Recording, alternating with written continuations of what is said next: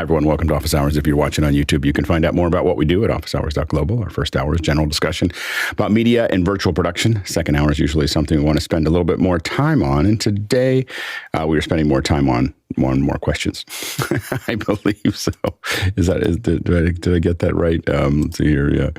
Yeah. So if you've got more questions, this is going to be a long question day. So I know you have a bunch building up. You're getting close to Christmas break, and you're trying to think about all the things you want to do during Christmas. I don't know what your Christmas is like. My Christmas is usually like, hey, no one's calling me, so let's get into a whole bunch of projects.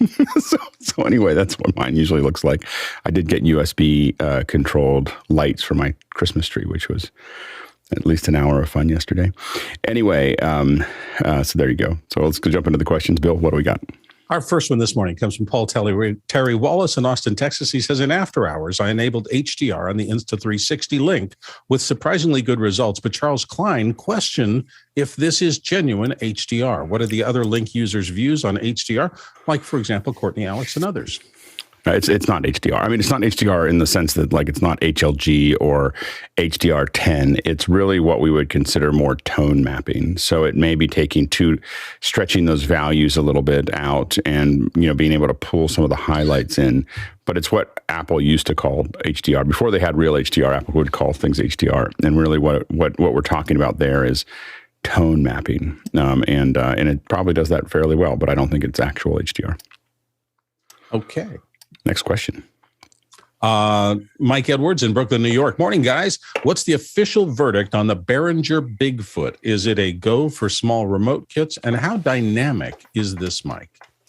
I think we should try it. Hold on a second here. I wasn't ready for that question until I jumped in. I apologize. I was doing a test. I was doing a camera test that needed to get done this morning before the show, and I got a little behind. So here it is. This is the BigFoot. I ordered it, and it came in yesterday, I think. So this is the BigFoot. Looks a lot like a Yeti. It is. I don't think it sounds like a Yeti. It's a little less than a Yeti, but it's a lot less in cost. Is it top end or middle or what is it, Alex? What are you hearing? Let's try it. Hold on. Oh, okay. Hold on. It'll just take me a second here. So I got the.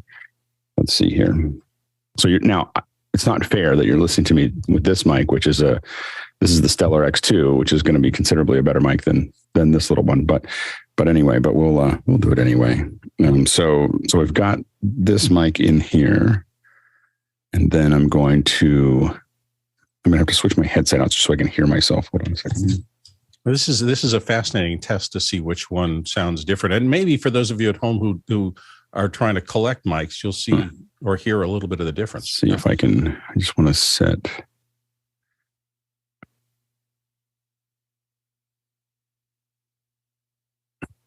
Give me 1 second here. I'm going to switch my thing. I might not be able to hear you for a second.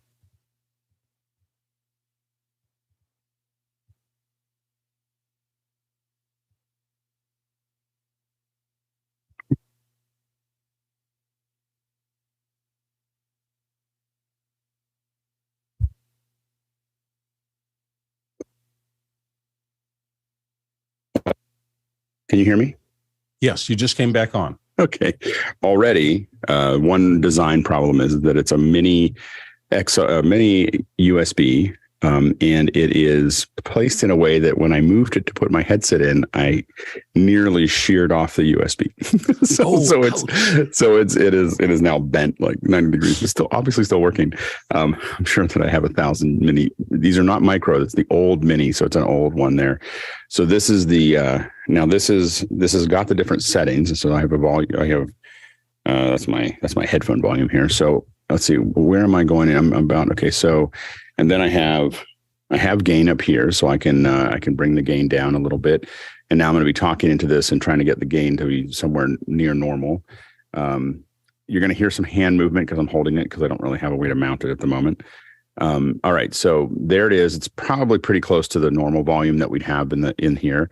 And there's a couple settings on the back.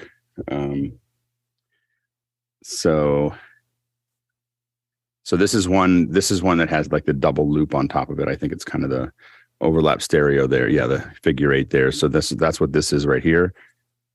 You hear that on that side.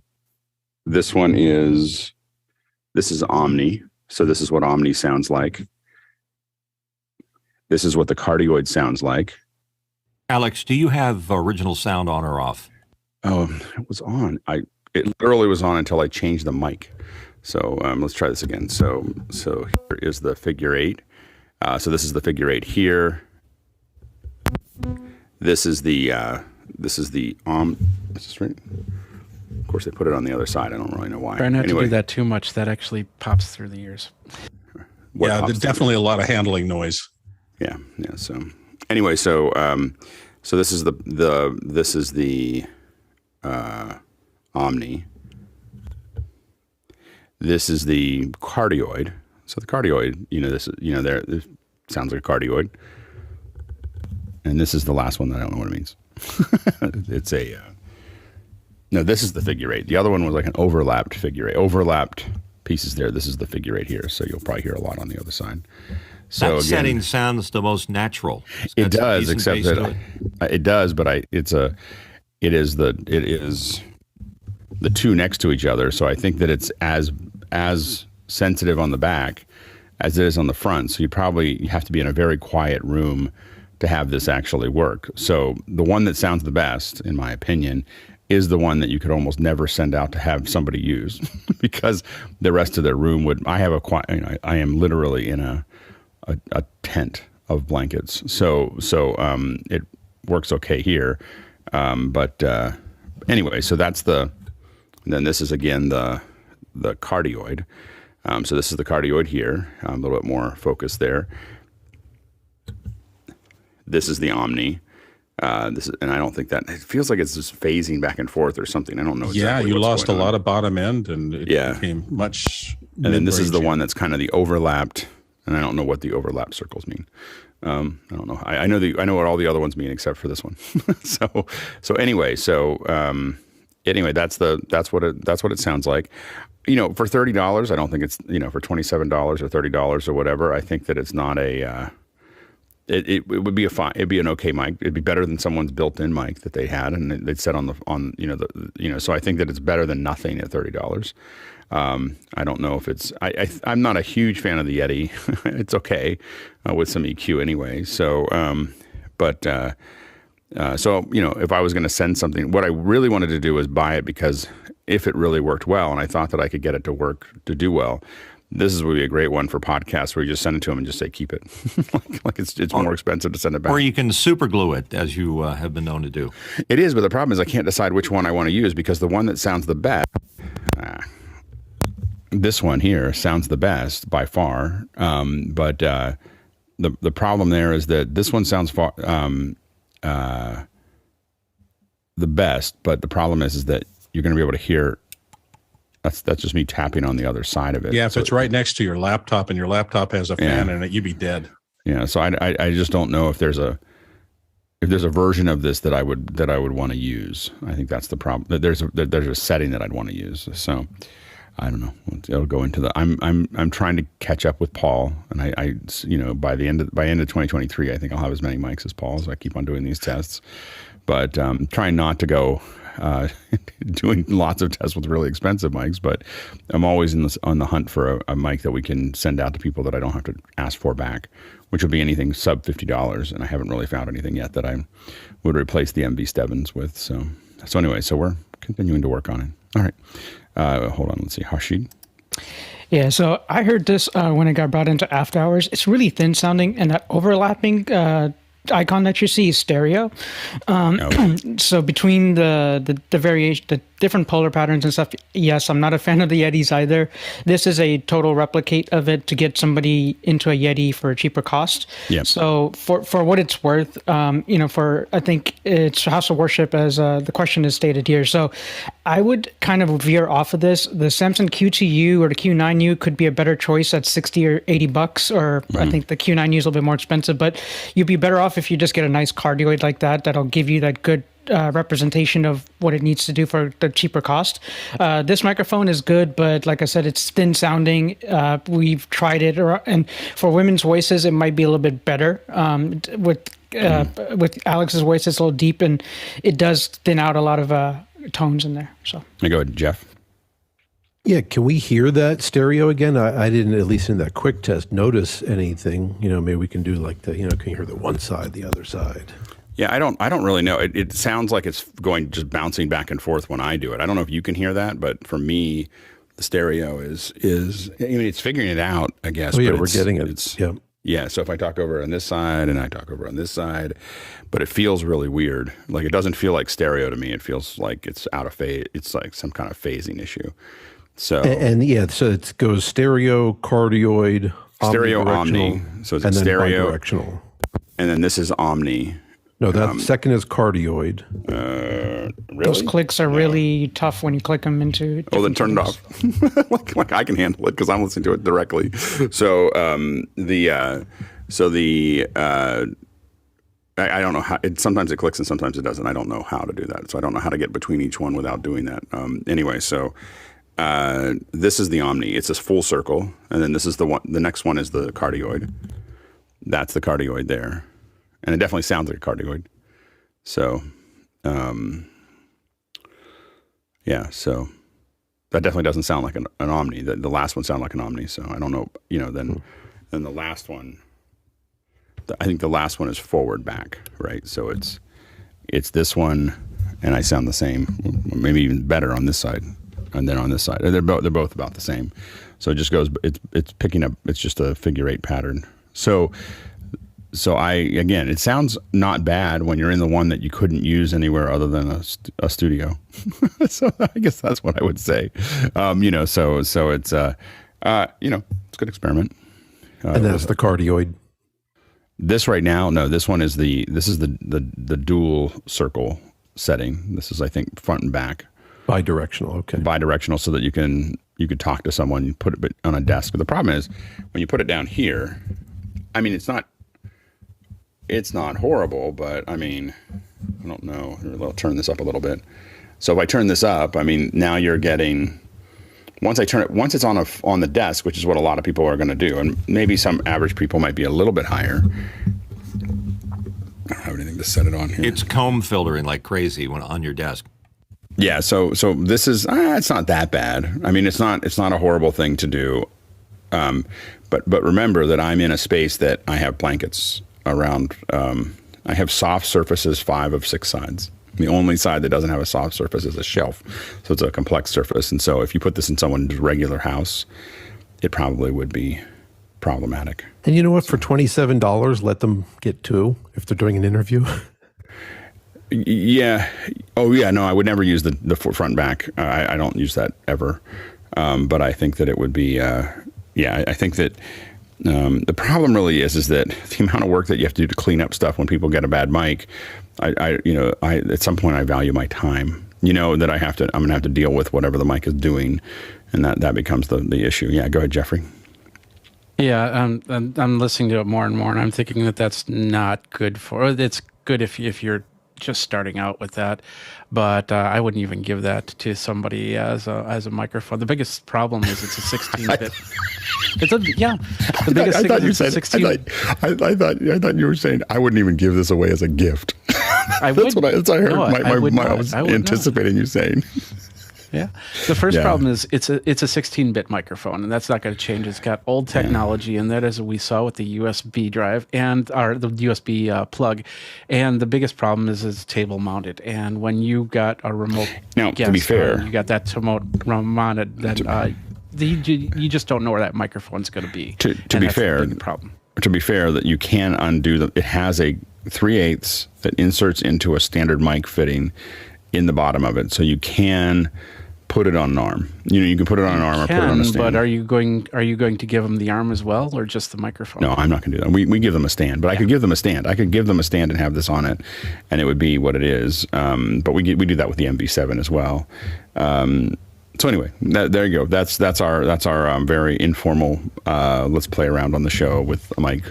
So let's go to the next question.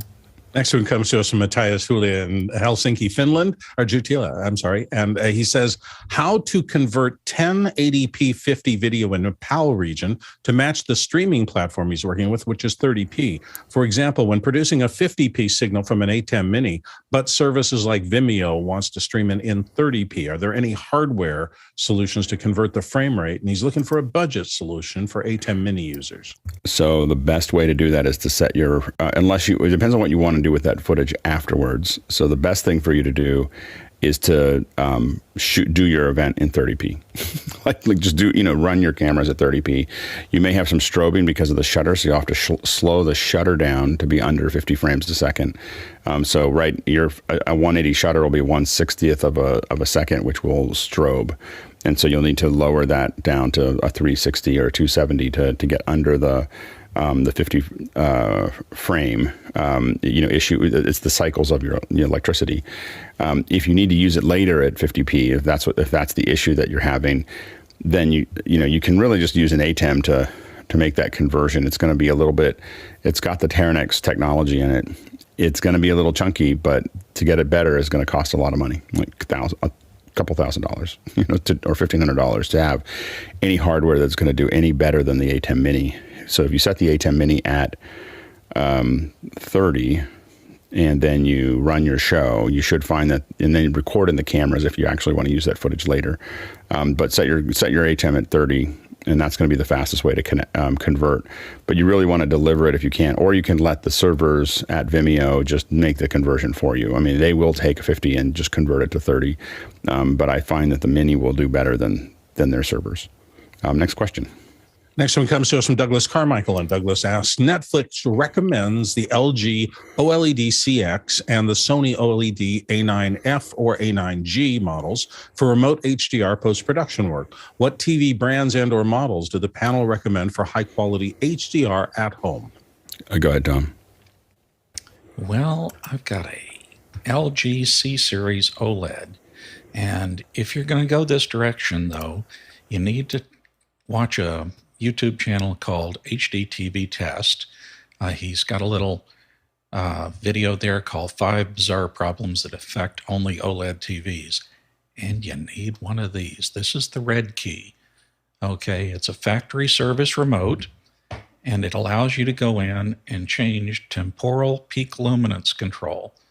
I'll show you where to get that remote if you want to get one.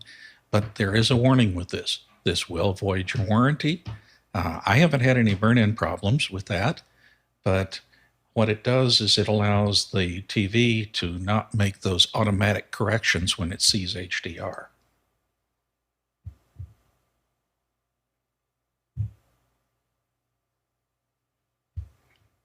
Go ahead, Guy. Sorry, that mic switch didn't quite. Yeah, there's a reason why we're expensive friends. You didn't say a limit, so here's Charles. The reason why he's got the 11,000 on his number is this model is the Flanders Scientifics XMF or 55-2U, and that is $11,000 for what he uses. So there you go. Makes a great kitchen TV. Yeah, there you go. Yeah. The LG probably does the best of most of the monitors that I've seen. We've had some LG monitors there. The CX line is really good, for a home TV. The main thing is you do want to have Dolby Vision, and preferably Dolby Vision IQ if you can get it, just because it is going to look a lot better if you have that processing there. But I will admit that in my office, one that I haven't used that much because it's on the other side of the tent now, is a Vizio, and it was a Vizio 75-inch, and I thought the colors looked pretty good. Like I thought it was, and it was relatively inexpensive. I think when I bought it was like $1,400 or something like that. Go ahead, Jeff. That just made me realize a quick sidebar. There's the long-standing unit of financial measurement called the Alex, and I wonder if there's a Guy and which one, what the equation is there. I think that, at this point I would be, let's take that down. There's some stuff there I don't want to put in. There is, what was I going to say? The Alex being $700. Anyway, let's go to the next question. The next question comes to us from Laura Thompson in Beaumont, Texas. And Laura says, how complicated is it to move a Stream Deck from one computer to another? For example, if I had one and I took it between my home and office. Go ahead, Jeffrey. The complexity only it really occurs if you are going from a Windows machine to a Mac machine. But for the most part, you can export all the profiles, bring it in if you have the same hardware on the and the home machine. You bring it in, and then you just have to reconfigure a couple things like location. If you're doing folders or something like that, and button presses for folders, you have to change the locations on that. And then the big thing, one thing that I highly recommend that you do is there's a configuration folder in Windows and in Mac. Take that folder and copy it out of there. That way, because I just had this happen yesterday where I turned on my computer and my Stream Deck just wiped the profile, and then I had to start over from scratch. So by pulling that profile out and then pushing it right back in, then you've got that. And of course, like I said, export all your profiles, and it'll work pretty well. Next question. Next one comes to us from Douglas Carmichael, and he says, the PCX model was we create events that bring people together. While we all love discussing the latest tools and technologies, what do you think is the most important element that brings people together in the spaces we create? Go ahead, Bill.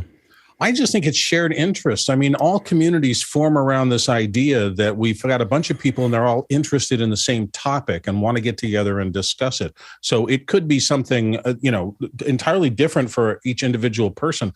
I have no interest in quilting, although I've been looked at a few quilts and went, man, that's amazing work, but I do not want to steep myself in that world.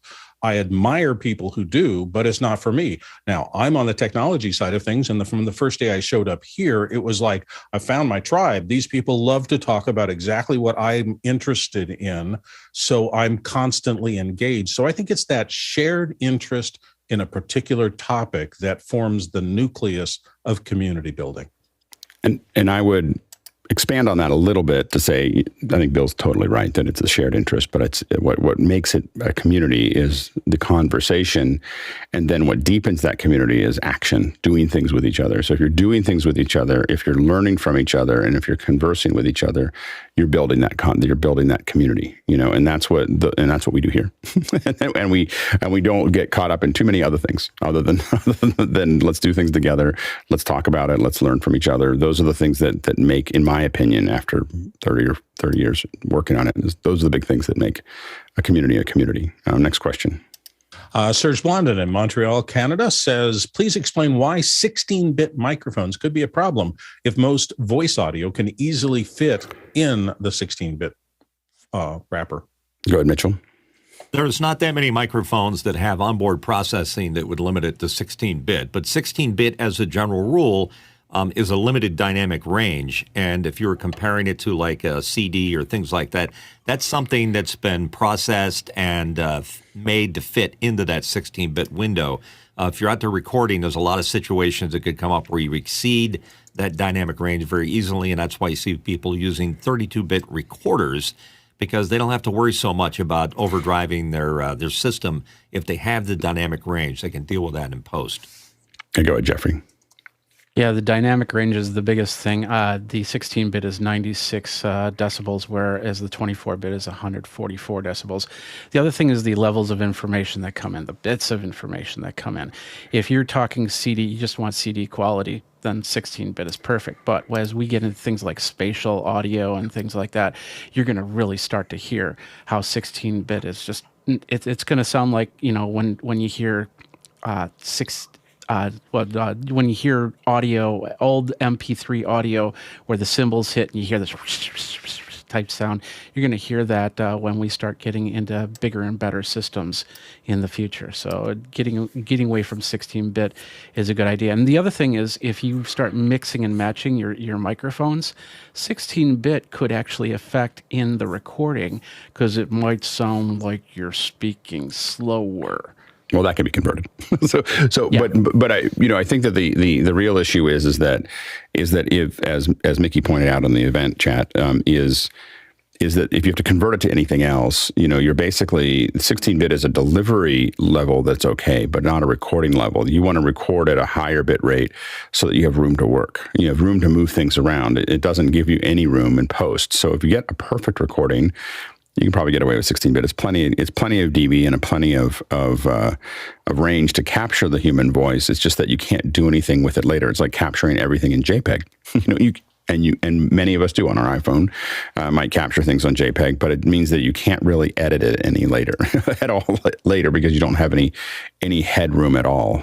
So 24-bit or I just recorded something recently on 32-bit float and 192 sample rate because I wanted to know, there was a little bit, I knew that the recording wasn't perfect, and I was like, I'm going to grab all the data from this recording so that I can go back and play with it a little bit. And I might actually be able to play with it hopefully if Mickey has a little time at some point, maybe we'll open it up and see if we can't remove the 60 cycle hum that we could not get rid of before the show started. It was a friend's show. It was a couple people playing with guitars. It wasn't like a show. But I was like, hey, this is a good experiment to play with my little mix pre and turn it all the way up. No, not all the way up, but a lot more than normal. So we'll play with that in the future. Next question. Next one comes to us from Paul Wallace again in Austin, Texas. This time he says, can Guy Cochran tell us about his behind-the-scenes walk around the Seahawks stadium with Bo Cordle? Will there be a follow-up in office hours? And he notes, just for those of you who are fans, the 49ers and Seahawks game is tomorrow at 7:15 Central. Go ahead, Guy. Yeah, that's one of the coolest things about this community is getting to meet people in person. So I got to meet Bo. He invited me down there to take a look at the truck. And it's not just a truck. It's the most advanced truck in the nation, if not the world. So there was 5 or 6 of them. So we're talking about Thursday night football. Just the EVS room alone. I mean, they had so many feeds. You can see what these things look like. It's mind-boggling that this is 4K HDR capable. They're not broadcasting right now in that, but I mean, look like this machine room. You got some AJF SDRs, Fletcher, the Robo room. Man, that was the other thing. There's so much. I could go into a whole second hour. I don't think we will, but just behind the scenes of these trucks, seeing the amount of data that they can pass through. They got a 100 gigabit connection directly pushing out over 180 machine records. Let me close that. Close. Yeah, that's the outside of the truck. So double expandos. I think there was 6 of them. So I think that one was the Robo. No, that one was EVS. And they had an audio. Let me show you this CalRec. Oh my gosh, that's the CalRec Apollo. I don't even want to know how much, but Mickey would love the speakers in the ceiling. JBL's there. Neumann. Those are Neumann's there. There's the patch panel. Then they had comms, RTS comms here. And backup. Let's see, more cables. I think this was the backup one. They had a backup CalRec. I mean, just like this is the backup. Let's see if there's some. Oh yeah, here's all the shaders. I mean, this is so crazy. Let's see. Yeah, and I like these little nubs. One of the guys had stuck on the buttons. So for those of you Stream Deck users or things that have surfaces, being able to, tactile cues. Yeah, and I was looking for something like this. I think that they're just those things that you put on your cabinets. I don't know if somebody knows. Put it in the chat. Foots. Yeah, nice. I think that's what they are. I don't know, but he had them all the way down the line. Let me see if I could find something else. Oh, here's the one that you all want to see. Boom! There is the Grass Valley switcher. There's just a few buttons, a few little blinky buttons there. And we actually got to walk the field as well and see in after hours, for those that were watching, we got to see some of the how some of the graphics are made. So that was really cool. So this is for the game tomorrow night, Thursday night. Let's see, one more room. Oh yeah, here's the Robo, some of the Robo cam stuff. So here's the Fletcher. And they had one that you can kind of make it out. I need to get a new phone. It already compressed my images. Otherwise, this would be sharp and you'd be able to see that that's the Panasonic controller. A lot of RoboCams. Some of the other trucks that were outside. There's Thursday Night Football, and that's the stadium. Oh yeah, and then massive power. Like the power alone was just insane with the diesel generators. I think I got a couple shots. Yeah. So that company was Filmworks, does the power, two UPS and 2 diesel generator trucks for power. Oh, and that's my dog. Oh, let's go back. I think that's the end of. That's the stadium. More of the trucks behind the scenes. But yeah, there's the generator. You guys getting bored yet, or are you loving this? Oh yeah, there's me and Bo. There's Bo, Nice. the man, the myth, the legend in person. And oh yeah, this was kind of cool. And they had a engineering area where behind the scenes, if you needed a cable made, because everything's fiber, so they're just ready to rock and roll. Way cooler than my solder station. Yeah, this is just in the back of one of the trucks. You never know when you're going to need something, so these guys will make it for you right then and there. More robo, truck. You see, there's another one inside. Oh yeah, what's this one? I think this is where all the important people sit. They all got their name. Prime Video.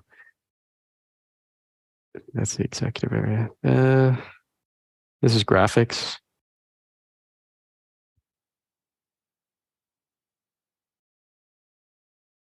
More graphics.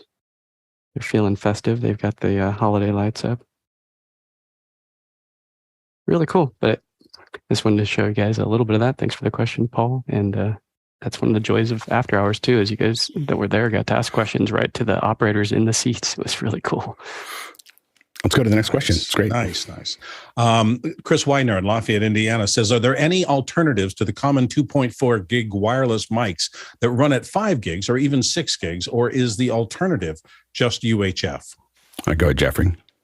I've been doing a little bit of research on this especially since I'm going to be going to CES, and of course, using something like a 2.4 gigahertz wireless is almost impossible in an event like that because everybody's trying to use it, and you're going to run into dead spots unless you're exactly right next to the camera. Because last year when I did that, I got about 6 feet away from the camera, and everything started to cut out. I do have this is actually an alternative to the Rhodes, because this is a UHF based system. I used that at NAB last year to get 2-person audio into the camera there. And I know that there are some 5.8 gigahertz microphones out there, but once again, I just unless you're in a deserted area and you can get about 200 meters away before you start disconnecting. I think UHF is probably your best bet at this point. Go ahead, Mitchell. Speaking, Jeffrey, of NAB, it'd be interesting to run a frequency sweep on a spectrum analyzer to see how many of those frequencies are being used up on a day of a show, because it's got to be pretty crowded spectrum there. Yeah, UHF is the way to go. Next question. Eric Price, Kansas City, up next. Mark Gurman reported yesterday that Apple may soon allow third-party app stores on the iPhone to keep the European Union happy. What production apps would you like to see available from other systems, and what could possibly go wrong? Go ahead, Jeff.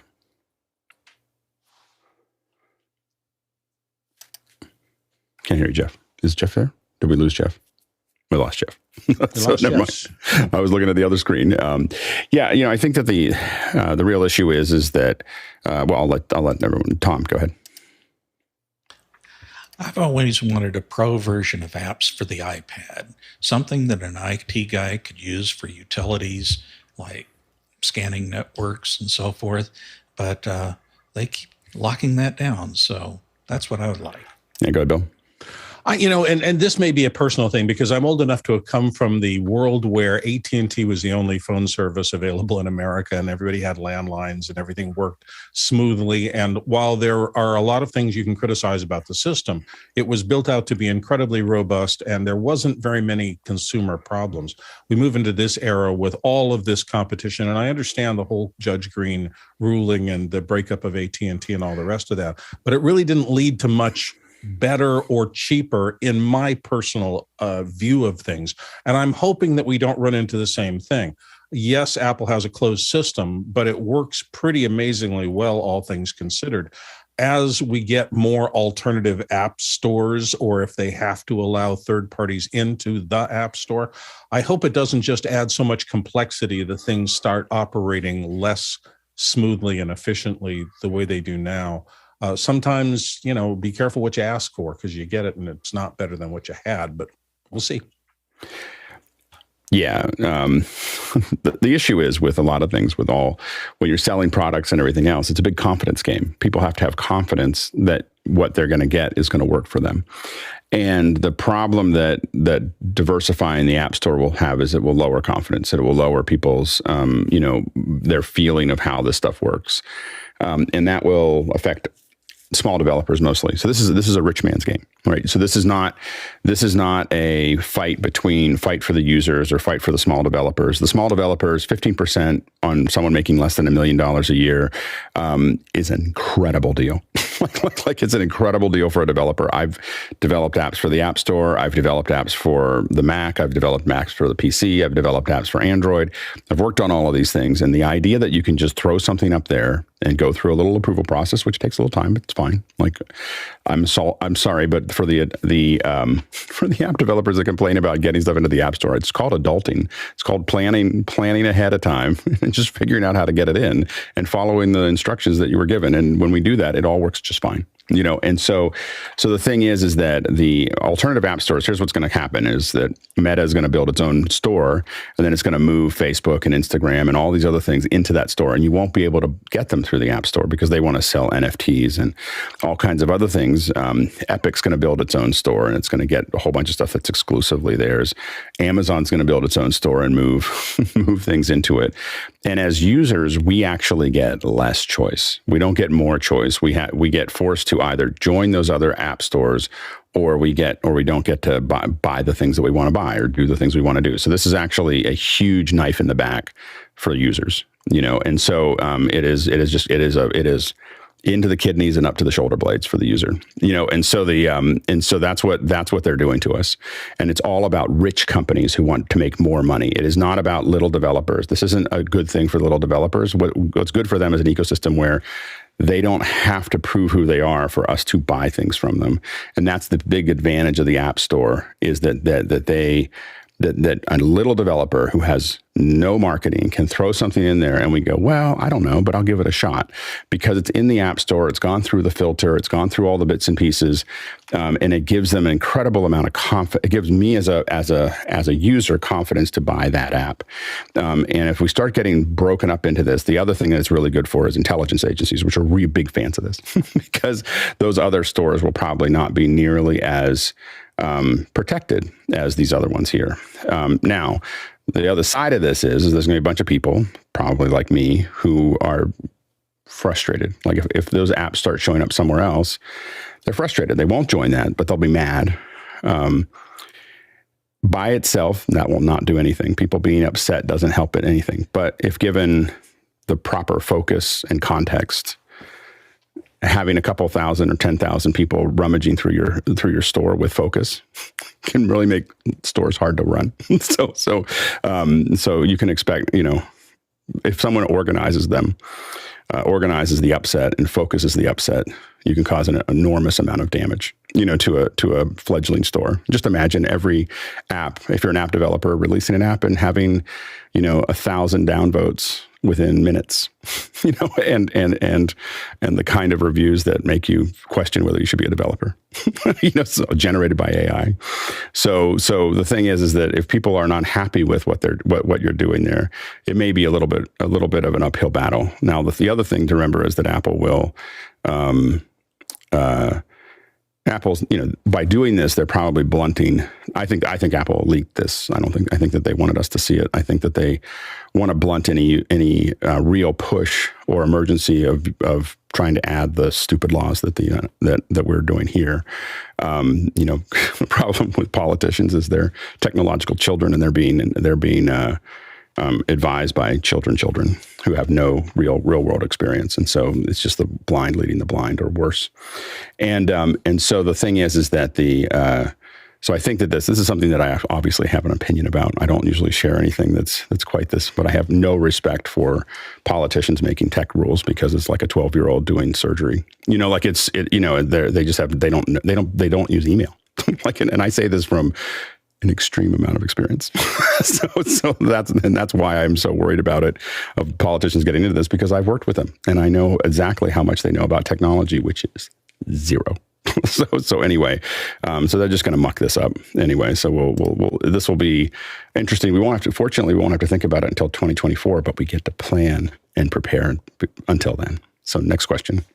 Chris Widener in Lafayette, Indiana. Up next, he says, many of us here use SmallRig cages, mounts, and arms and accessories, but has anyone tried their electronics? The SmallRig Forevala W60 is a dual transmitter wireless mic for around $150. Is it an interesting mic or just more knockoffs in the space? Go ahead, Mitchell. I have not had one in my hands, so I'm sorry I can't directly answer that question, but I can speak to the build quality of stuff made by SmallRig, and everything I've ever bought from them is inexpensive and well made. So we can only hope. Yeah, SmallRig's done a pretty good job. And so I haven't tested this one, but it does look promising. Next question. Matthias Jutila is back from Helsinki, Finland. Why do camera manufacturers like Canon limit its ENG cameras, for example, the XA line, to do only PAL or NTSC? You cannot change the setting in camera, unlike, for example, with Sony cameras. Why do some cameras have this limitation, or is it set by the manufacturer?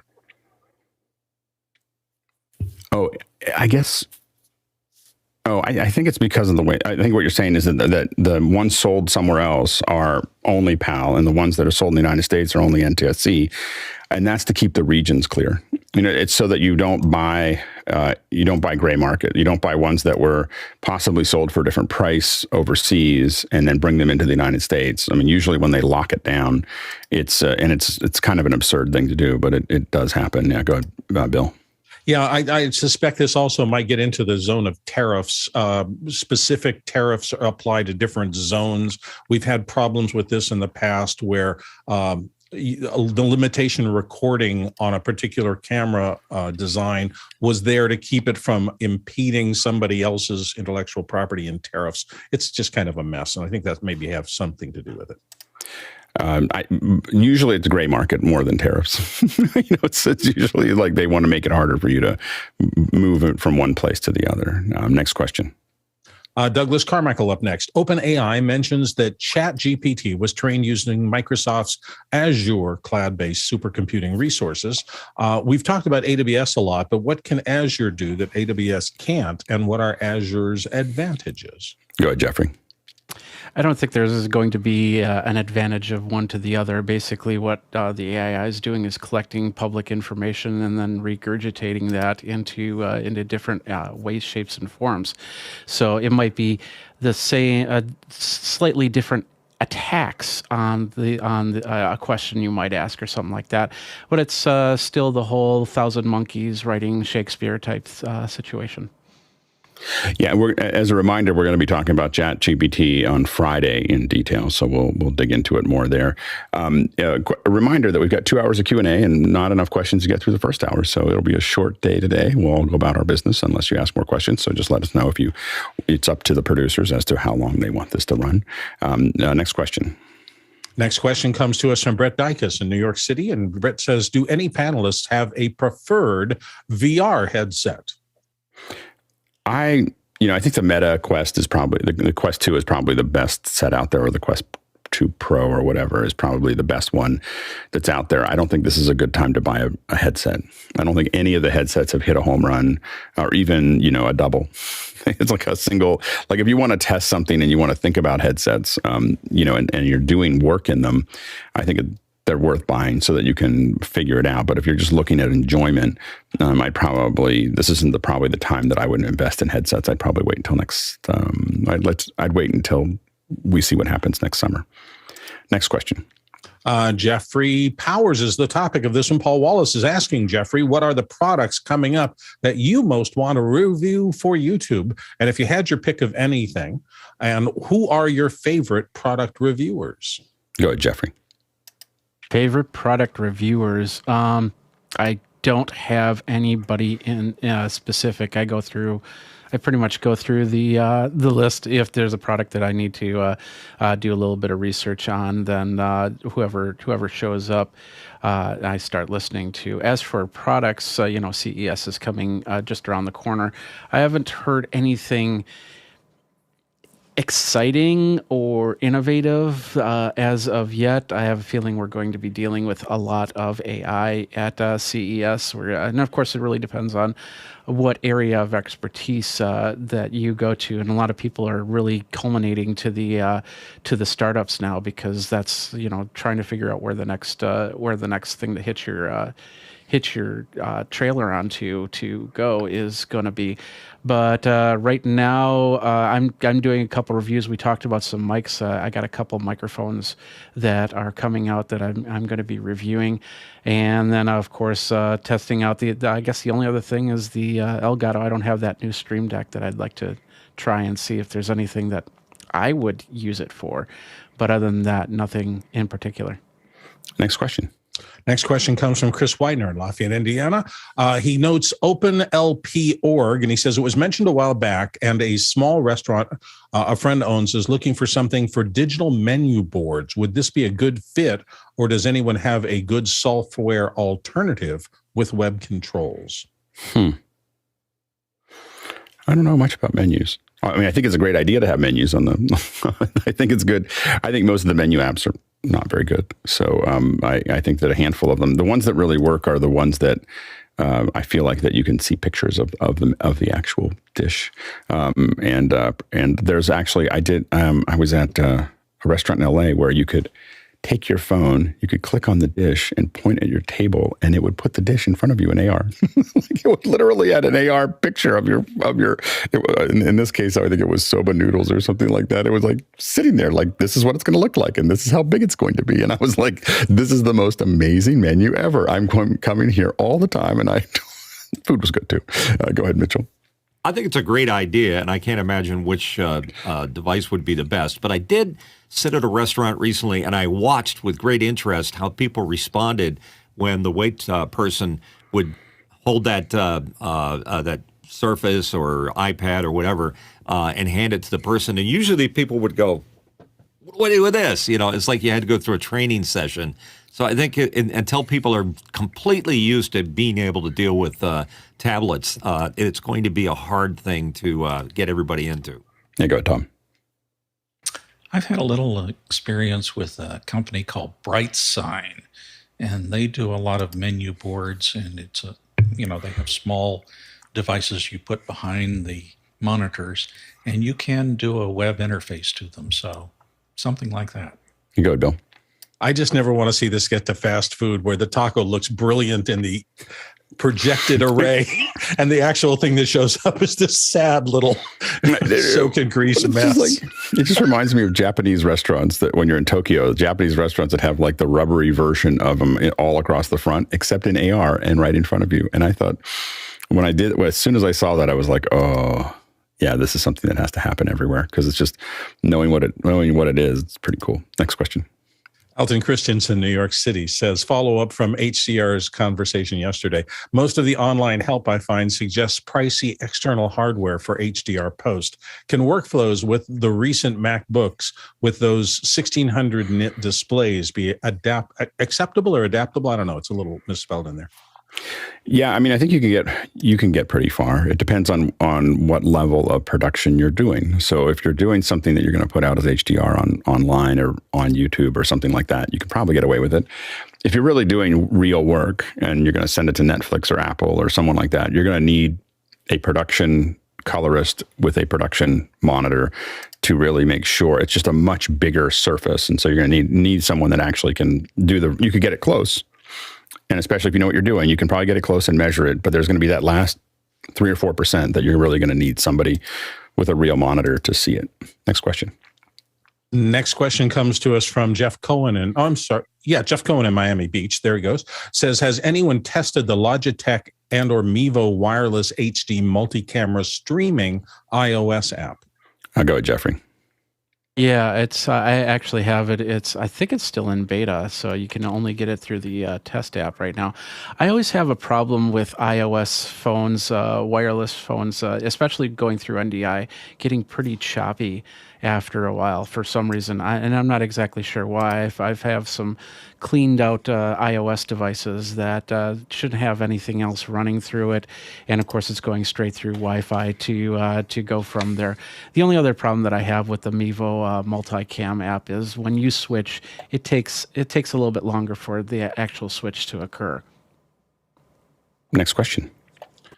Next one comes to us from Paul Wallace in Austin, Texas. Is the Tula mic the most complicated, difficult to use microphone of all time? Go ahead, Bill. Well, there is a system from Universal Audio, and I'm trying to remember. I was trying to look it up real quick here, and I didn't get it up in time. It is a microphone modeling it's got 3 racks and a microphone specifically made to be as neutral as possible. And the system is there so you can model ancient microphones and dial in real specific frequency responses and things. I think that is the most complicated. I'm trying to remember. It's like the UA, not Waves or something, but it's a branded microphone modeling system. I think that outdoes the Tula mic in terms of being the most complicated and difficult to use. Go ahead, Mitchell. Yeah, I've seen pictures of it, and Paul has demonstrated it on his after hours commentary.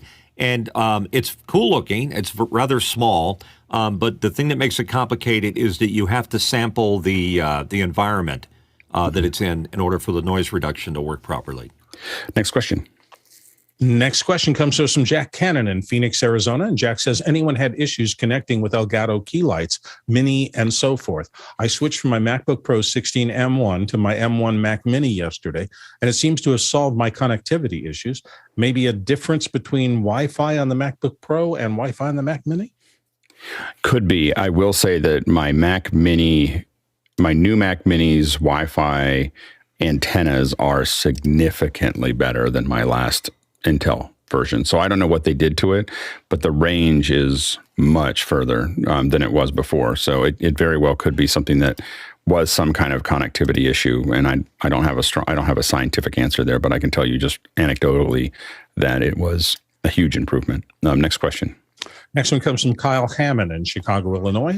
Kyle says, when sending kits, do you send the various equipment in a single hard case with foam or a bag with individual boxes per equipment? Just curious. Go ahead, Jeffrey. When I did remote kits, we did Pelican cases, and we had a really nice long one that even had we could put the tripod in there in a nice spot. So it basically all around in foam, and then the unit for us, it was something that we had to just one unit, just one piece pulls out, connects up onto the tripod, of course instructions on top of that. But we talked about this a few days ago in using cardboard, and I've been really looking at different options on that, especially the plastic corrugated cardboard. Yeah, we moved away from the pellet, where we have a lot of Pelican cases, and the bigger kits, we're still sending them out that way, though we're very much looking at, we've moved for the smaller kits to cardboard, and it's mostly a weight issue. It's weight for 2 different things. One is weight for how much it costs us to get it to the target, as well as weight in how much it takes for them to carry it in. Like the 1650s and the other cases that we've sent out, even a 1510 for some people can be, you're adding a lot of weight to something that they have to kind of pull through, especially if you filled it with a bunch of things. And so, what got me thinking about it was actually a guest that we had on Office Hours. We had someone who does rentals. I can't think of the name of the group right now, but they were doing rentals, and they use these corrugated, as Jeffrey was talking about, plastic corrugated, branded. And so I also looked at the opportunity of, wow, we could brand we haven't done the branding yet, but we could brand, this with our own cardboard. We can make it look cool when you get it. We can, those are the things. And because we want to think about it, we're going to be doing, as people slowly give up on hybrids because they're horrible, we're going to be moving more and more towards having more and more of our speakers coming in from this, so that the kit thing is not going to go away. It's going to get more intense. And I've really been thinking a lot about how to really refine that kit experience, where you want to think about how to pack it, how to brand it, how to set up inserts that give people things like one of the most popular things in our kits is cookies. So when you finish it, there's instructions like here's how to do this and here's how to do this. There's a little video instruction and there's a PDF instruction. At the very end, it says, by the way, the last thing is just go grab that little box. Then there's like a little white box and you open it up. It's some really good cookies. Then it was like, well done. Here's some cookies. And it's really popular. Like everyone laughs about it. But those kinds of things. And one of the things we talk a lot about with our clients when we're sending these out for everybody is that this is a real great opportunity to send branding, send T-shirts, send whatever you want to send out. Is you put them in the box, like, hey, here's some stuff for you, and that could be for the participants that you might send a kit out to. But that can also be, and I got this mostly thinking about what Blue does, and they do events where they send everybody a little kit, as part of what they're doing, and so figuring out ways that you can send not only the tech stuff, but it's a little spammy to send them just a box, but if you send them the kit that they need, and oh, by the way, there's a little compartment here with a T-shirt and then other things like that. It's a good thing to think about as well. Go ahead, Jeffrey. The funny thing, you talk about the cookies. The funny thing was whenever we sent out a kit, we would get a kit back with all their swag, their socks and their stickers and stuff like that. Which was a little concerning because if we had to take the kit and have them send it to somebody else, that person would have that other person's swag, which was, like I said, a little bit concerning. But the other thing is how they can repack that gear back into the box, because you have the instructions, you have the video instructions, but will they read it? Will they watch it? Or will they just stuff it back into the box and then try and push it down and wrap it up and send it back? To Jeffrey's, it's a great point that Jeffrey brings up here. And that's something that we didn't do well when we first started doing this 10 years ago. We would figure out the smallest box we could put it in. It was the lightest box. It was just like we get it all in there, and we didn't get them back, because people just couldn't figure out how to get stuff back into it. We knew how to do it, but no one else did. And so by making that box twice as big, by giving it shaped areas that things go into, it really made it a lot easier for people to figure out. You have to think about, and this is something we should, if Josh is listening, I really think on Monday we should talk about interface at some point and the importance of interface. And when I say interface, I mean everything that someone interacts with. And so this is a thing, how you pack it is the interface. And I think a lot of times we think about the content, the text, but not like how are they actually going to use that. Next question. Next one comes to us from Tommy Shantz in St. Paul, Minnesota. And he says, how far back in models do you have to go to get an iPad that has a screen that's okay for color correction? Go ahead, Bill. Well, I'm not sure if you have to go back. I mean, for Apple for a long time did, I think, a brilliant thing back in the OS 10 transition. They created a system for what's called managed color. And now, hopefully, they built in technology so that every iOS device should react relatively the same. And you can kind of trust them. So your iPhones, your iPads, anything like that, you should be able, if you have it looking the way you want it to look on your pad, be reasonably secure that it'll look the same on everybody else who's using the same class of devices. Now, that doesn't mean you can do high-level color correction, because color correction is a very finicky thing. And someone like our friend Charles, who does it for a living, really does eliminate every variable possible in order to be absolutely sure that a color he or she is seeing as a color corrector on screen is exactly what they're looking for. But in general, I think it's gotten better rather than worse in terms of color fidelity across classes of devices. So I kind of question your question was, how far back do you have to go? It's really, can you stay modern with your devices so that they can take advantage of some of this color consistency technology? Next question. Next question from Chris Widener in Lafayette, Indiana. iPad OS 16.2 on an M1 and M2 support external displays as a separate dual screen instead of the traditional mirroring. What would your use case be for this feature? Go ahead, Tom.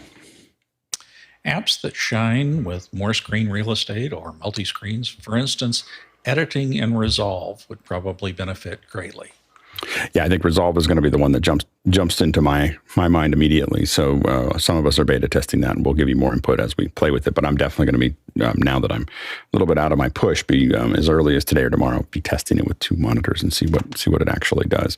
I think that also we'll see developers start to develop for it. So it's out there, but we have to see how they actually take advantage of it. But I expect to see more and more 2-screen experiences as we move forward. Next question. Todd Rains in Allen, Texas. Up next, transferring files is a pain. From an SD card to a PC at 120 megabits a second is slow. Am I spoiled? I recorded 2 hours and 15 minutes of ProRes HQ, which is a file of about 250 gigabytes. What are your solutions and experiences? Yeah, faster SD cards is one thing.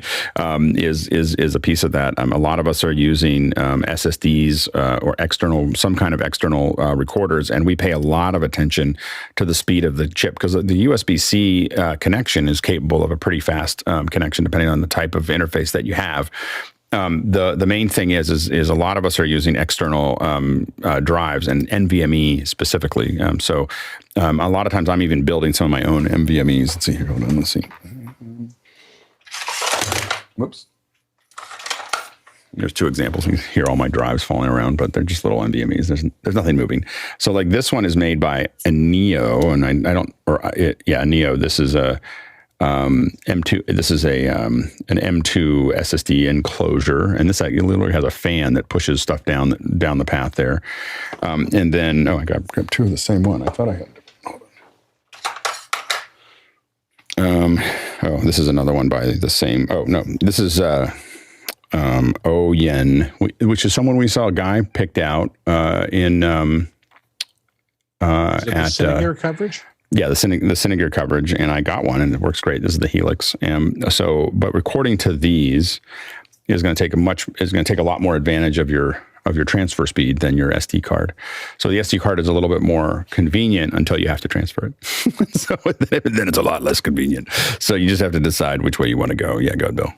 Yeah, and just make sure that you're not dumbing it down, because I do this. I'm an idiot. I have a fast card and I reach for an old card reader and it's USB 2.0 and I just, oh darn, that's going to limit me right there. So I try to keep things on Thunderbolt or fast connectivity for all my external readers if I possibly can. It really kind of keeps the throughput up there. Yeah, next question.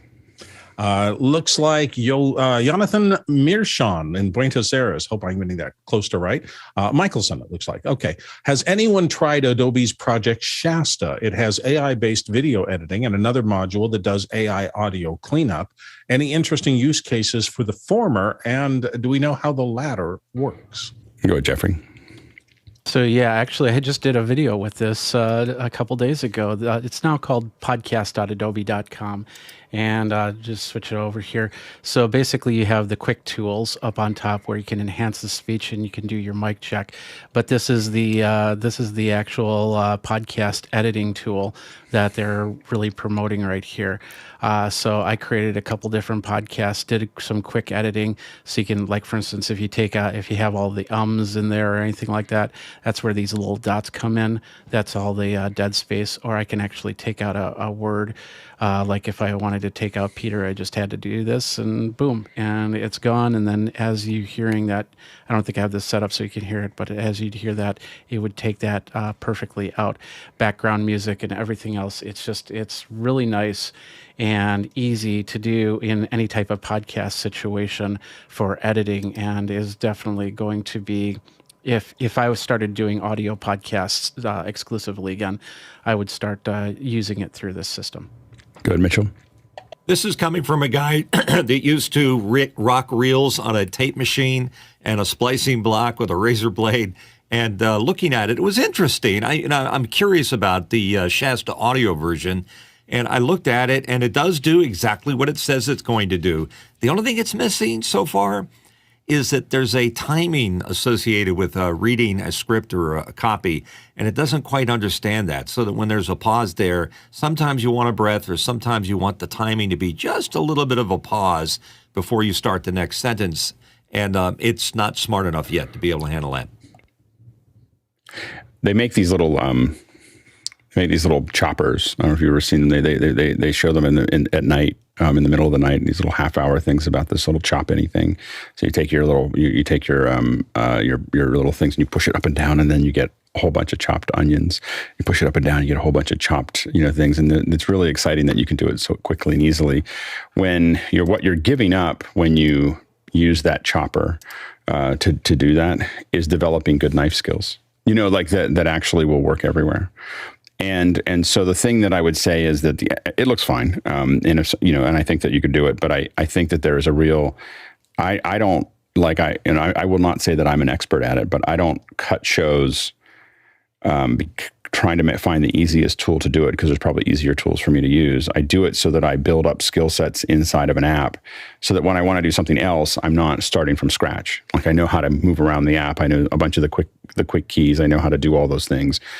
And like the one that I'm working on now, I've been doing in Logic. I'm going to move it to Fairlight, not because I think Fairlight will do better, but because I want to learn Fairlight. Like, I want to learn how it does that. I want to get quick keys, and I want to understand how that actually works, especially when you're doing something every week. The opportunity to build skills on something that is relatively basic and is really, really valuable. And so just think hard about things that do things automatically, because people want to do them easy, but it also means that you can't actually do it. Like, something else is doing it for you, and you're losing the ability to build up those 10,000 hours that people talk about, or 10,000 mistakes if you're listening to Zen, if you're a student of Zen Buddhism. And so that's just the thing to think about, is it's a real opportunity to learn, and you give that up when you hand it over to something else. Go ahead, Jeffrey. Yeah, I totally agree. If you get a chopper and then all of a sudden you get a bigger onion that doesn't fit the chopper, what are you going to do? That's for sure. That's why I've been using a lot of vMix over Wirecast, but I'm still using Wirecast because it's cross-platforming. I don't know where the next event is going to be. If I'm using a Mac, I'm going to probably be using Wirecast over vMix and things like that. And to point that Mitch talked about with the it's all about cloud recording at this point. So even when you start recording that, you have to be aware of how you're recording it, because I would hit the start button, I'd start talking right away, and then I'd find that the first word or two got chopped off because the recorder didn't actually start yet. But yet, if I put too much of a space in there, all of a sudden I have this pregnant pause that I cannot get rid of, even through that small editing. But this is all in beta, and Andrew and Mark are the leads, and they're very open to getting questions and problems that they can help resolve, so to make it a little bit better of a program for quick edits. Go ahead, Mitchell. There's a philosophical side to this, and I know it's not Sunday, but that is that you need to constantly challenge yourself to try new things or new software. And it's very easy for me at 68 to be very comfortable with Adobe Audition and continue on my way, editing, with the speed and skill that I have with that program. But to learn Logic or Pro Tools or Shasta, kind of challenges you a little bit to try something different that gets out of your comfort zone. So it's good to try. It's going to iterate a few more times before it starts doing the things like Jeffrey was saying, so they fix those little tiny problems. But that's why they're testing it. They're looking for this kind of feedback. And challenge yourself. Do something different. Next question. Ike Potter in Hanover, Germany comes to us with our next question. What's the best telestration app out there using a Wacom One with a Mac Mini? Or will we please see Alex's self-made app become available in 2023? Go ahead, Tom. Well, Todd Reynolds and I use an app called Whiteboard. It's this one right here. And we've been talking to the developer. And the developer is actually looking into making a telestration app like Whiteboard, using its engine, but with even a cleaner interface. Right now, we're having to use a garbage mat in from each side just a little bit. Yeah, I think that the I think that the one that the virtual I can't think of it right now. Michael Forrest's thing that just jumped out of my head as I was saying Video it. Pencil. Video Pencil, I think, is probably the best one out there right now. And so I think he's done a pretty good job. It's a little heavier than I would use, but it's pretty good. And I think we're pretty close on the app. So we'll stay wide. 2023, we'll definitely have it out, even if I have to write it myself. Like, I'm just going to sit down and figure out how to do this. Next question. Paul Buchanan, Columbus, Ohio, up next. Looking for a dock for my M1 MacBook Pro. Need 2 HDMI or DP outs along with Ethernet and a few USB 3 ports, A or C, doesn't matter. Any recommendations? Go ahead, Jeff. OWC is my go-to for docks for any solution. And let me see if I can successfully share this real quick. Even their most basic, which is called creatively Thunderbolt dock, you can do 2 displays, Ethernet, all the other goodie ports, including, by the way, let me just double check. This one has it. I believe this one also has an SD slot. So for the previous question, this is also going to give you faster SD transfer. And then there's a Pro model above this that offers more of all those great ports, including faster Ethernet. So either of those 2 are going to do the trick. Go ahead, Mitchell. Yeah, I agree with Jeff. OWC is a good place to start. They have one called an OWC Thunderbolt Hub, which has 3 Thunderbolt ports on it, USB, dual displays support up to 8K. And they have a smaller one. It's a square device, and I can't remember the name of it, but you can take 1 Thunderbolt input and multiply it to 3, which could come in handy if you only have 1 open port available. Next question. George Witham, our friend in Venice, California, says, what is the preferred compact mirrorless camera for use with USB webcam functionality to make a step up from the Logitech Brio? Sorry, I'm just looking at it. I mean, I think the first step up from the Logitech Brio is going to be the Link. It's going to be the Insta360 Link is a dramatic step up from there. The next step up you go into either used the Panasonic G series, almost all of them from G3 or G4 up. We'll do that.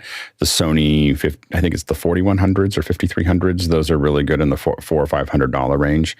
And then after that, you're getting into black magics, in my opinion, with your ATEM. So those are the things that I would do. But I mean, if you're looking for something that isn't much more expensive than the Brio, but looks a lot better than the Brio and gives you a lot more control, I would look at it's the Insta360 Link. But if you want soft bokeh, that's when you have to start going into larger sensors. Next question. Todd Rains in Allen, Texas. Up next, I recorded the ProRes HQ on my Blackmagic Design Video Assist being fed from the ATEM Mini Extreme. Does all the data come through the ATEM to make the best of the ProRes HQ recording on the VA? When I look at it, it seems like it does. Yeah, if you're capturing ProRes HQ, it will capture, it's getting a signal that is actually way higher quality than ProRes HQ. So it's compressing down your raw signal to ProRes HQ, but it should take full advantage of that signal. That uncompressed signal that's coming in from HDMI is typically either an 8 or 10-bit signal uncompressed at either 1.5 or 3 gigs, gigabits per second, and that's being compressed down into something much smaller, which is the HQ.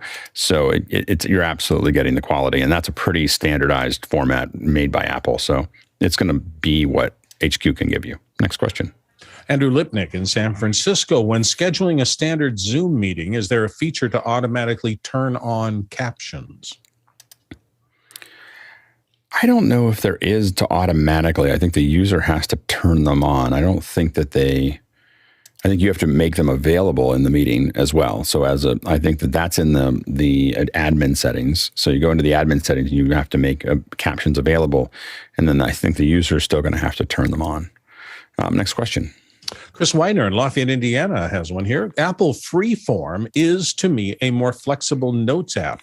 Has anyone tried it yet? And if so, what are your initial impressions? Go ahead, Jeff. I have initial impressions, even though I have not tried it yet. I've been waiting. It requires iOS 16.2, which I've been waiting for. Didn't want to do the beta. It's out now, which is great. So everyone can download it, the release version, and try it out. So yeah, the promise is way more features and functionality than what Notes does. A lot of features that were part of Google Keep is now in this. So yeah, I can't wait to try it out. You know, the one caveat I'll always say about collaborative tools like this is there's no indication yet, at least that I've seen, that someone can join even as a reader from a browser. So meaning, you know, if you're locking all the participants into the Apple ecosystem, you better be sure that everyone you need to collaborate with is on an Apple product. Go ahead, Tom. Yes, as a collaborative tool, this thing seems to be very feature rich. Yeah, we'll get into it in after hours at some point in the next day or two because I'm really interested. I just haven't had time. Monday and Tuesday are usually my meeting days. So expect to see me bouncing into after hours and looking for someone that wants to do some collaborative stuff today. So sometime probably this afternoon, we'll see if we can't play with it. Next question.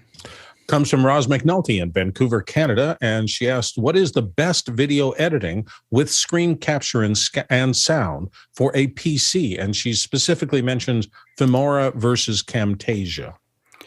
If you're just doing a raw screen capture, Camtasia is going to be better. It's got a lot of features in it, so more than just a raw one. It's got tons of stuff. I'm not as familiar with Filmora, but Camtasia is kind of known as the best screen capture for the PC.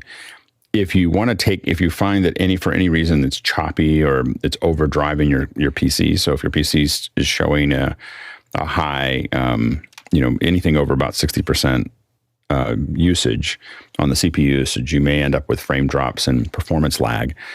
Then you may want to think about using some kind of external recorder. So whether it's an assist, something you can get a little HDMI one that Courtney's talked about in the past that does H.264. You can get ones that a little bit more, and they'll record ProRes. All those things are available, in that in those. And what it does is it just looks like another monitor to your PC, and it takes a lot of pressure off of it. I've done a lot of captures in like high-end 3D packages that were a little touchy if I started trying to record the screen, not because they didn't want me to, but because I was using up a bunch of resources that they needed. So I learned to record most of my stuff on an outboard system. So that's another option. Next question.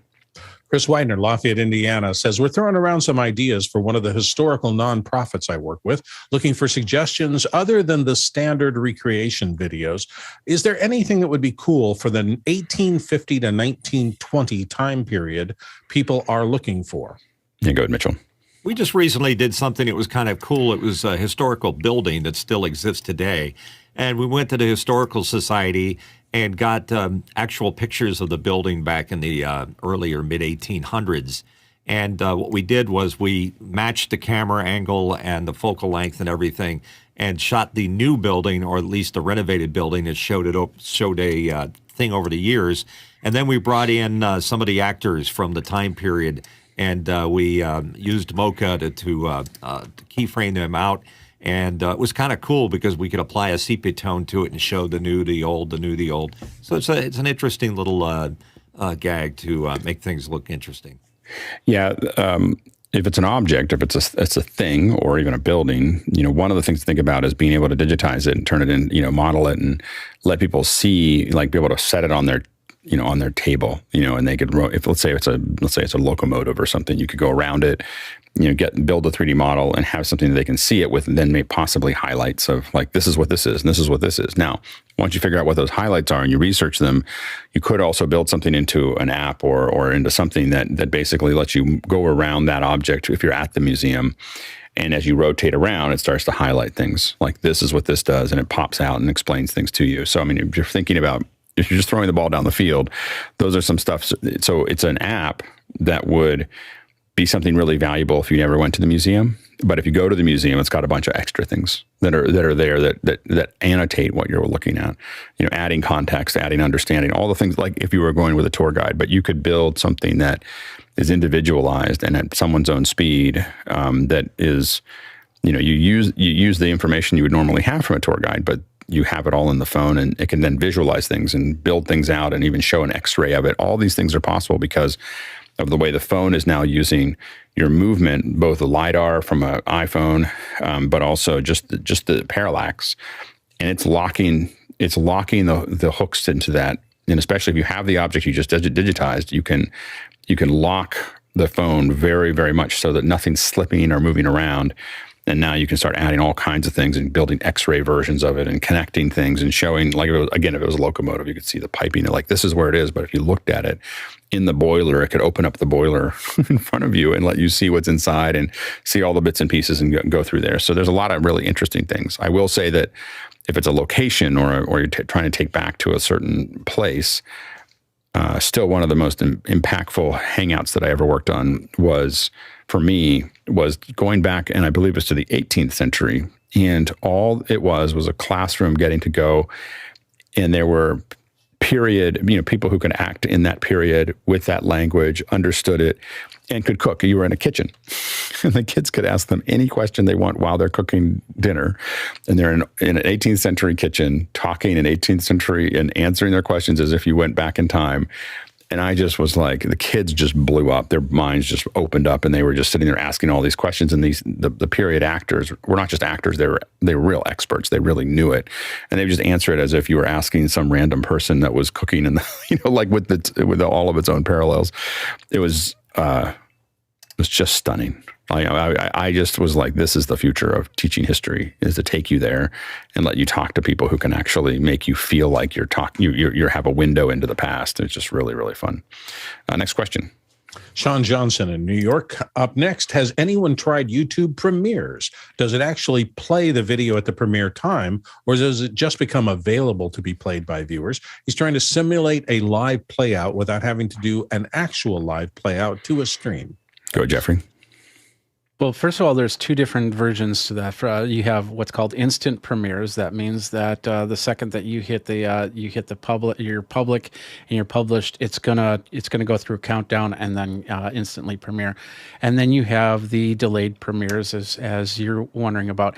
It will, at that time, if you say at 4:00 on Thursday, I want it to play, it will start the play. Now, once again, it's going to go through a countdown, and some people have this option to actually replace the countdown with their own videos, and YouTube's been playing with that in the last couple of months, which is really cool, because then you can have your own, hey, this show's about to start, instead of one of the YouTube created countdowns there. But yes, it will play exactly at the time that you ask it to play. Go ahead, Jeff. Yeah, and there's some other cool features about that, especially if you schedule your premiere, which is really the point and the value of it, because you also, for all intents and purposes, it will be the equivalent of doing a live event. So you get an event page that you can post and share and promote. People, when they go to that event page, they can click to set a reminder if they want it, so that in YouTube they'll get a reminder when that is about to premiere. And then the other thing is, on that event page, like a live event, there's live chat, so you can watch it with your viewers and chat and comment. And like a live show, viewers can rewind, but they can't fast forward. So even though it's playing, it becomes available to play, and only when it's done playing in completion, then it'll be like a regular YouTube video. Next question. Harshit Trivedi here on the panel today says, from Daytona Beach, Florida, what is the most cost-effective way to do 3D scans at the current point? Maybe to capture rooms or to model items. He wants to be able to share the knowledge to accessibility-driven nonprofits. Polycam. This is right now the most cost-effective way to do 3D scans. It's not, again, I come from someone who I have a LiDAR over my shoulder here that is significantly better. So I'm a little spoiled. So I go, well, the Polycam's okay. But you can get some reasonably good 3D things that are very accurate. I'm surprisingly accurate out of Polycam. So and that's good for scenes like rooms and so on and so forth. You can also look at Reality Scan, which is even cheaper because it's free. And that just became available. And it's free, and It's really even with Polycam for objects, although I wouldn't use it for. It's really good for objects, not good for locations. Next question. Next one comes to us from Todd Rains in Allen, Texas. Is there any such thing as a dummy SD card dongle to a USB SSD to achieve faster speeds? Go, Jeffrey. Technically, yes. I've actually been seeing this in the 3D print world where they have the micro SD card and then a little ribbon cable coming out of it. And then you can attach it to an SSD. The biggest problem is the power that's delivered through there. So you're going to have something that that supplies its own power on that. I have not used it myself, but it's not probably going to be any faster than what the SD card is going to do. It might even be a little bit slower in the processing. The only other option is you have the SD to Wi-Fi signal adapter, which then you can do some sort of wireless signal to a computer and then an SSD. Yeah, but also look at if there's any HDMI out of your camera, like try to get the HDMI out of the camera. I mean, it's going to be a way better signal than anything you're getting out of the USB connection. Next question. Next question comes to us from Bobby Rafferty in Central Florida. Has anybody been shooting in ProRes on Apple iPhones? And if so, how's their experience been? Go ahead, Bill.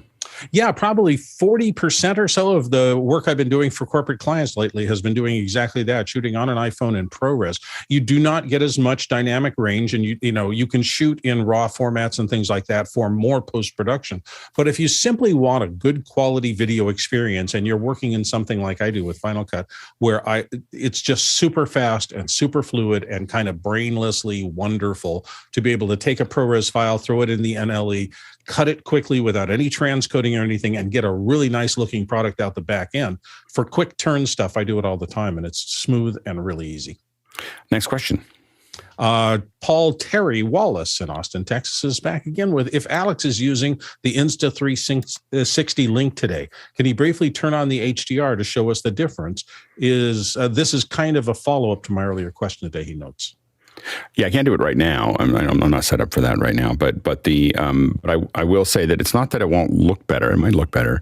It's just that it's not really going to be HDR. And we'll have to. The reason I'm going to say that it doesn't help me to set it up right now because I would have to set this up and then run it through analyzation for us to show you what's actually happening there.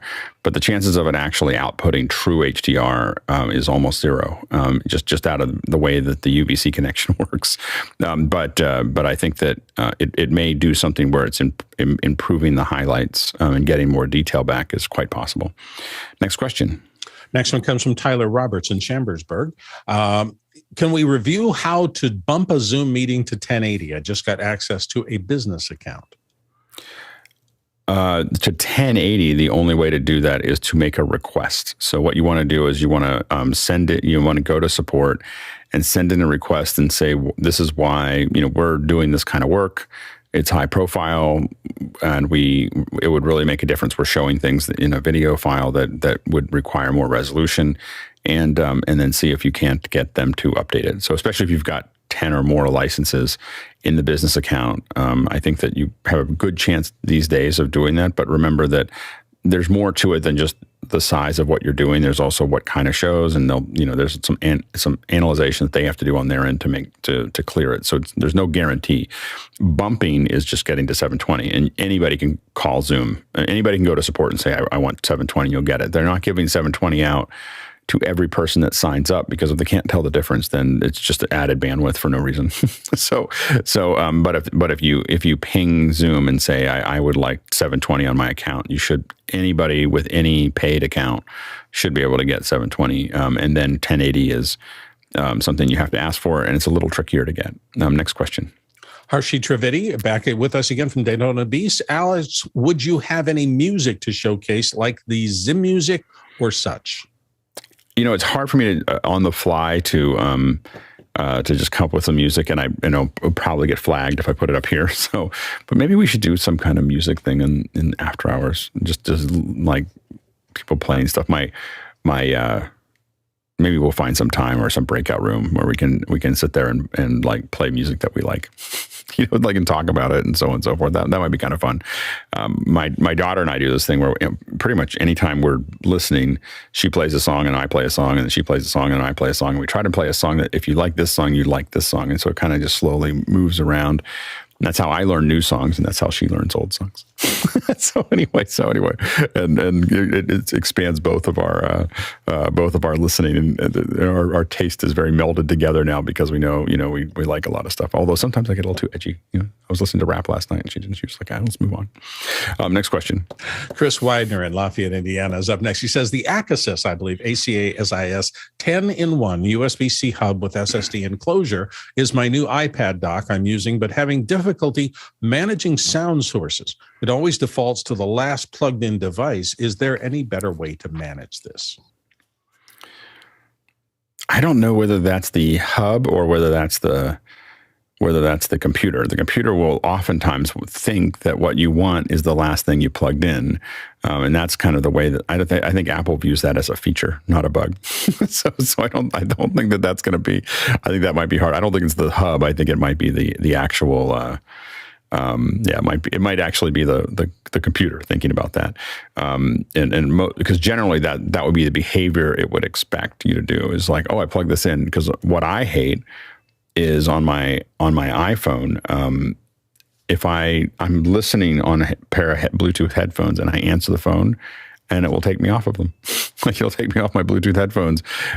Like the only ones that work are the Apple ones, and it's super frustrating. Like I have to manually select my headphones, even though I was just listening to a song on said headphones. Super frustrating. We're just about out of questions. If you want to ask any more, we've got a little bit more time. So if you want to do that, just throw another question or two in. Otherwise, we'll close up a little early. We'll have a more time on Wednesday. Next question. Tyler Roberts in Chambersburg is back again. What are better and best solutions for an easy-to-use at-home broadcast kit? Now, he wants us to assume a computer. What are the options at approximately $500 and $750 to $1,000 U.S. budgets? Yeah, go ahead, Mitchell. It depends on what kind of broadcasting you're doing. If you're doing radio broadcasting, you can buy an FM transmitter that's type accepted, must be Part 15 accepted by the FCC to make it legal, and it'll probably work through most of your house unless you get lots of floors. And if you want to bump it up a bit and have some more fun with it, you could do what I do and run a radio station behind you, and that's what this is right here.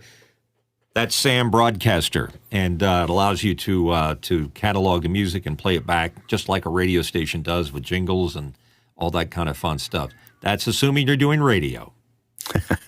Yeah, if you're just looking at a home broadcast kit as like how to look good on Zoom and how to be part of something like that, I would say that the $500 is a little bit of a squeeze. But here's what I would the first two things that I would probably get as a Link 360 and an MB7. Like if I just said, okay, if you only can have two things, that's a little over $500. Those two things are going to make a big difference. Now, you're still going to have to find what your light source is going to be. And so that's the next thing for you to look at. Normally, I would say lighting is more important than the camera, but having that camera control is pretty slick. Like it's a pretty big deal. So the bigger the source, the better. As far as the source that I'm being lit by now in the little studio that I have here, to put in perspective, is 5 feet wide and 30 inches deep, and then it's at an angle. So that is like big sources are really nice if you can get them. A lot of people will buy these little lights, and the problem is that they're much more sourcey because they're much smaller. So think about that. But then you can start thinking about your background and so on and so forth. Next question. Next one comes to us from Harshit again. In this case, he says, what are your thoughts on the Stream Deck Pro after a month or more of usage?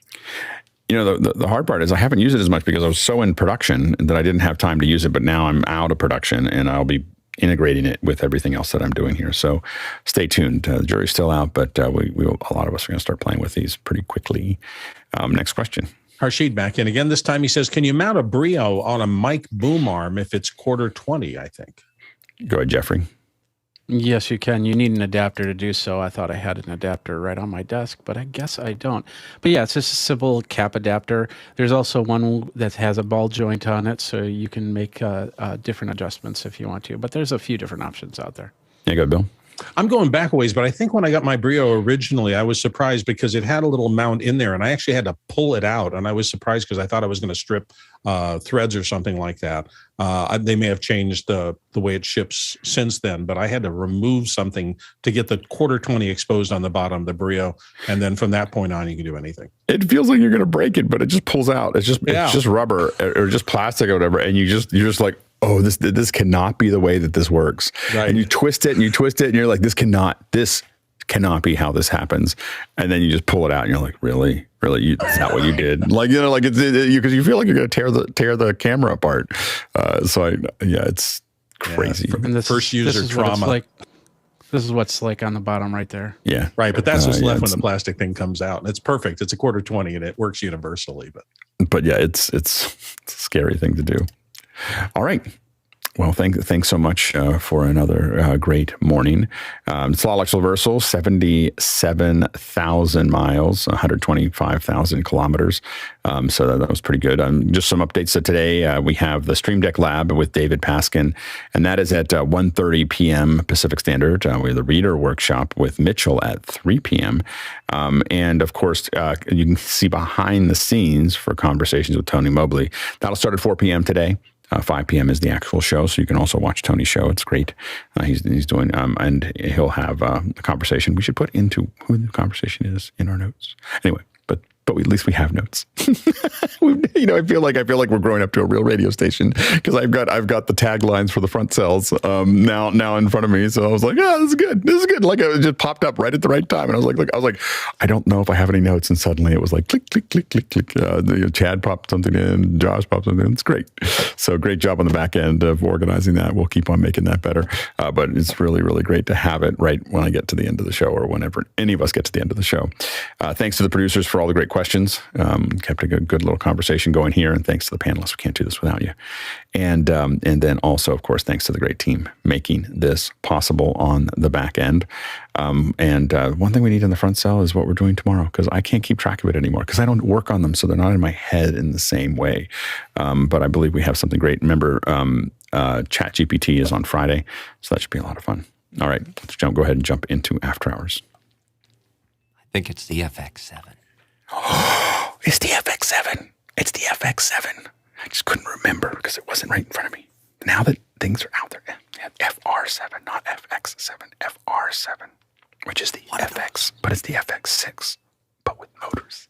It's the FX6 with motors. So, PTZ. We're going to have, it's a PTZ with a full frame sensor. Yay. Oh, I can't wait. I'm so jealous of the Greg. No. I need one, but I need the money more right now. But, oh, man. Wait a minute, it costs money. That's not right. It does. Sony's breaking out this whole thing where they charge money. They make you give them money for things. It's really a horrible trend. No. Let's see you guys. Can you say eval?